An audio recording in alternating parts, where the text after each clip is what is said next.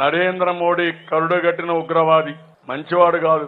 అదే మరి ఇక్కడ మైనారిటీ సోదరులు ఉన్నారు, వాళ్ళందరినీ ఒకటే కోరుతున్నా, తమ్ముళ్ళు మళ్ళీ గాని మీరు గాని నరేంద్ర మోడీకి ఓటేస్తే చాలా సమస్యలు వస్తాయి. గుర్తించారా తమ్ముళ్ళు? మైనారిటీ సోదరులందరూ త్రిపుల్ తలాక్ పెట్టారా లేదా? మిమ్మల్ని జైల్లో పెట్టాలని ఆలోచించారా లేదా? ఆ మధ్యకాలంలో గోదావరిలో ఏం జరిగింది? 2000 మందిని చంపేశారు. ఆ రోజు నేను అడిగాను, నరేంద్ర మోడీ ఈ దేశం ఉండడానికి అర్హత లేదు, ఈయన రాజీనామా చేయాలని డిమాండ్ చేసిన మొట్టమొదటి వ్యక్తి నేనేనని మీ అందరికీ తెలియజేస్తున్నా.